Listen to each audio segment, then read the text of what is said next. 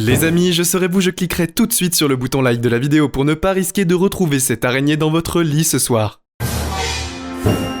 Salut à tous et bienvenue sur Slashcoon, votre source de divertissement préférée. Les choses les plus étranges se trouvent dans les endroits les plus étranges. Des documents historiques ont été trouvés dans des bennes à ordures, et des lits de mariage historiques ont été trouvés dans des motels. C'est ainsi que les choses les plus folles sont trouvées dans des endroits les plus fous. Et quand nous parlons d'endroits fous, nous voulons dire des endroits vraiment fous. Comme l'intérieur d'animaux réels. Oui, nous ne plaisantons pas. Aujourd'hui sur Slashcoon exclusivement, nous allons examiner les choses les plus folles qui ont été littéralement trouvées dans l'intérieur des animaux. Restez pour le numéro 1 de cette liste. C'est une vraie bombe. Oui, vous avez bien entendu, une bombe. Vous êtes prêts ? C'est parti. On commence avec le numéro 10, le livre des poissons. Pour vérifier cette histoire, nous devrons remonter environ 400 ans en arrière, jusqu'en 1626. Au cours de cette année fatidique, une morue a été découpée au marché de Cambridge. Et la morue contenait un texte sextodécimal entier, enveloppé dans une toile. Seulement partiellement digéré. Après un examen sérieux, il a été déterminé que les textes étaient en fait plusieurs tracts évangéliques publiés un siècle plus tôt, sous le règne d'Henri VIII.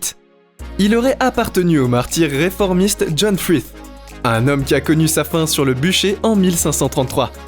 Oui, les manuscrits de cet homme ont survécu pendant plus de 100 ans, pour ensuite atterrir dans l'estomac d'un poisson et être découpés sur le marché. L'année suivante, Tex a été publié sous le titre Vox Pixis ou Le Poisson Livre. Pour rendre les choses encore plus étranges, on découvre que Frith a été emprisonné dans une cave à poissons sous l'université d'Oxford. Dans la cave, ses sens étaient agressés par les fumées du poisson. Et on dit que ces fumées ont coûté la vie à de nombreux jeunes, surtout dans cette période. On enchaîne avec le numéro 9, la légende de l'autruche. En 1930, une autruche du zoo de Londres s'est effondrée et est morte. Cette autruche était en assez bonne santé. Sa mort était donc assez mystérieuse. Elle était si mystérieuse qu'une autopsie de l'autruche a été ordonnée. Au cours de l'autopsie, les choses les plus incroyables ont fait surface. En fait, l'autopsie était si incroyable que le photographe de la Zoological Society of London, Frederick William Bond, a jugé bon de les documenter pour la postérité. Voici quelques-uns des objets que les médecins ont trouvés dans l'estomac de l'autruche. Ils ont trouvé 3 étranges gants en coton, 3 mouchoirs et le centre en bois d'une bobine de soie. Un morceau de crayon à mine, 4 demi-pennies, 1 franc, 1 farthing, une pièce trop usée pour être identifiée, une partie d'une valve de bicyclette, une partie d'un peigne en métal, une pièce de bois, 2 mètres de ficelle, une clé de réveil, plusieurs petites rondelles de métal et autres pièces de métal, et un clou de 10 cm. D'après l'autopsie, c'est le clou de 15 cm qui a finalement entraîné la mort de l'animal par perforation de son estomac. Mais comment cela s'est-il produit ? Eh bien, à l'état sauvage, l'autruche avale la nourriture entière. Cette autruche a manifestement pris goût aux objets durs de la zone urbaine du zoo et a décidé de les avaler. Malheureusement, l'un d'entre eux a entraîné sa mort.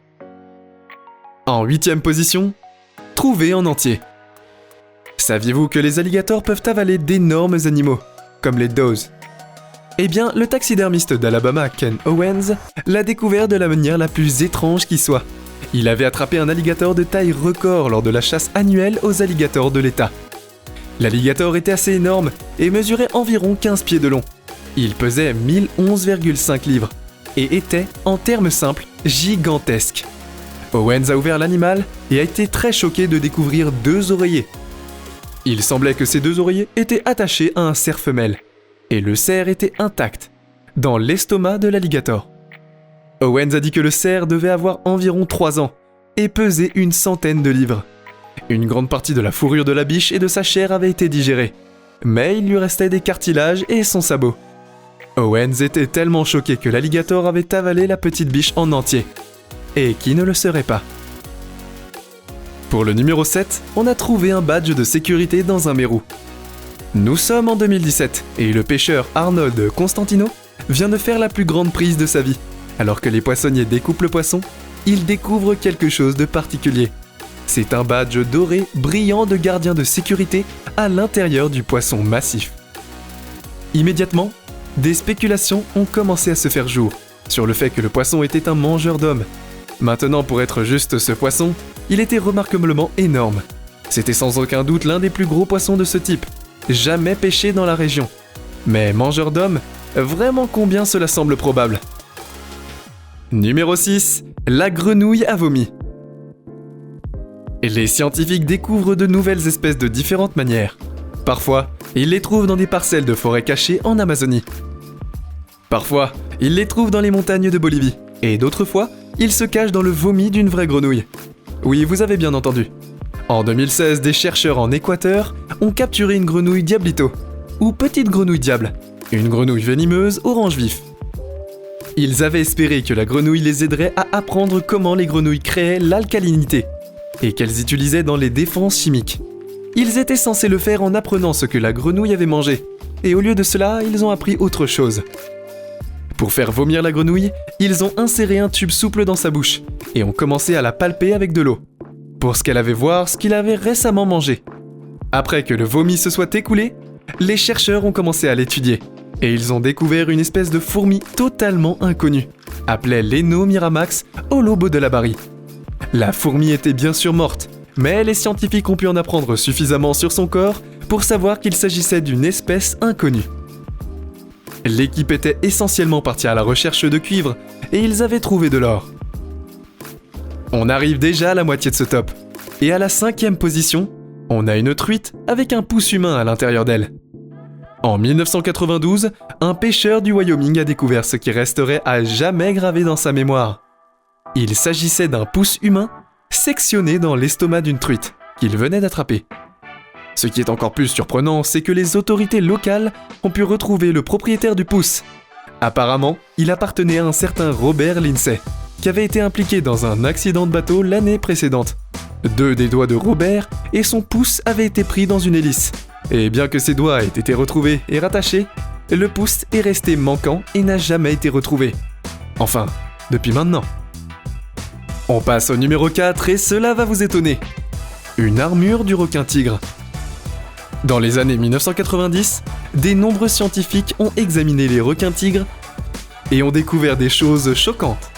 En fait, les choses folles trouvées dans les estomacs de ces requins étaient tellement ridicules et carrément incroyables qu'un musée a dû faire une exposition spéciale pour ces requins. L'exposition a été appelée Exposition de faits et de fantasmes sur les requins et a été organisée par le Musée d'histoire naturelle du comté de Los Angeles. Et l'un des objets les plus fous exposés était une véritable armure. Et ce n'était pas seulement des morceaux. Il s'agissait soit de l'armure complète avec un casque. Comment cette armure est-elle arrivée dans l'eau en premier lieu? Comment le requin a-t-il pu l'avaler? Ce sont des questions qui resteront sans réponse. Les amis, on arrive sur le podium. Et en 3e position, nous avons un poisson en papier. Pour cette histoire, il faudra revenir une centaine d'années en arrière, à l'année où c'était le dernier mois de l'année et où le zoologiste Edward Ramsay a attrapé un énorme poisson-lune de 3 mètres dans le port de Sydney. Selon une étude de 1931, le poisson gigantesque avait été repéré par la navigation et s'était ensuite échoué dans de la boue noire entre les bateaux et les hauts fonds. Le poisson avait été remonté jusqu'à un quai par une grue. Puis l'étude a rapporté que des idiots avaient commencé à le taillader et à le mutiler.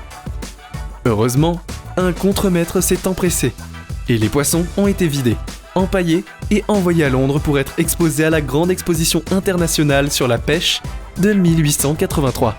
Après quoi, ils ont été donnés au musée de Londres en 2016.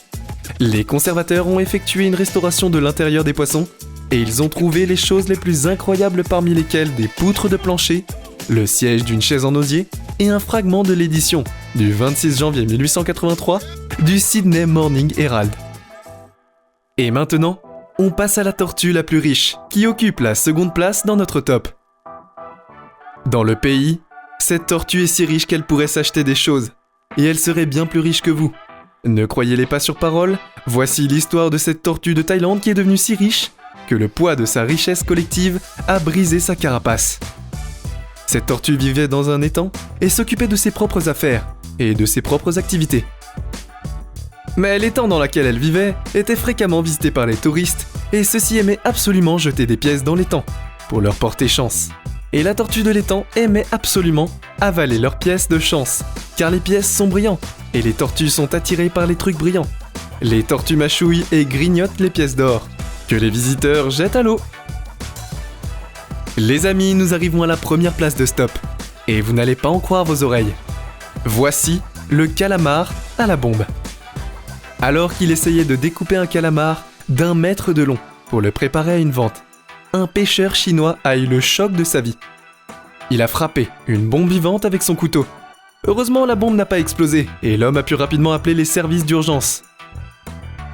Apparemment, le calmar avait avalé la bombe par erreur, après s'être trompé entre une crevette et la bombe.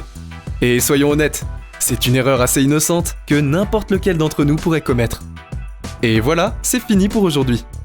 Je vous remercie d'avoir regardé la vidéo. J'espère qu'elle vous a plu. N'hésitez pas à vous abonner et à cliquer la petite cloche de notification pour être tenu au courant de prochaines histoires aussi incroyables que celle-ci.